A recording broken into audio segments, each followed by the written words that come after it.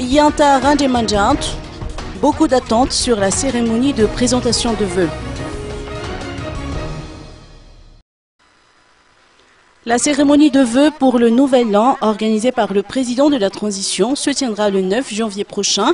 Les observateurs attendent avec impatience le discours du président Andrazuel à cette occasion. La ministre Yanta Randemanjat, partisane de la mouvance Ravalmal, a son mot à dire à ce sujet et aussi par rapport aux élections prévues cette année.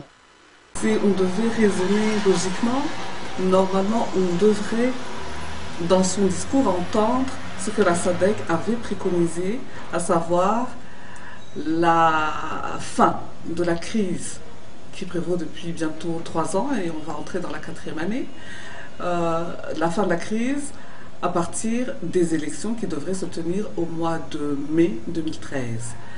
Par contre, la SADC avait également suggéré à ce que les deux protagonistes, Marc Ravalman et Andrazuel, qui devraient se persuader ou être persuadés à ne pas se présenter. Mais la SADC avait dit également que la loi qui devait prévaloir au pays ne devrait pas comporter de texte contraire à ce qu'il y ait une élection démocratique au pays. Donc, en toute logique, l'allocution que l'on devrait entendre et qui devrait être prononcée par le président de la transition devrait être un discours en relation avec ce que la SADC avait dit.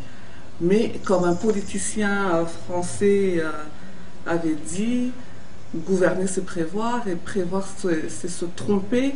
Donc on espère ne pas se tromper et que le président de la transition puisse axer son discours selon ce que la SADC a dit afin que le pays puisse effectivement sortir de cette crise.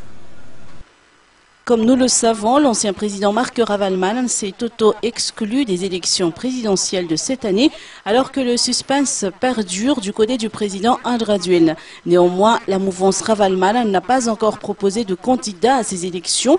La question est donc de savoir qui va défendre les couleurs de la mouvance, étant donné que le principal leader, la personne de Marc Ravalman, ne participera pas à la course. Le premier tour des élections présidentielles sont prévus pour le 8 mai prochain. Selon les probabilités de Yanta Randemanjat du parti TES, ce délai sera-t-il respecté ?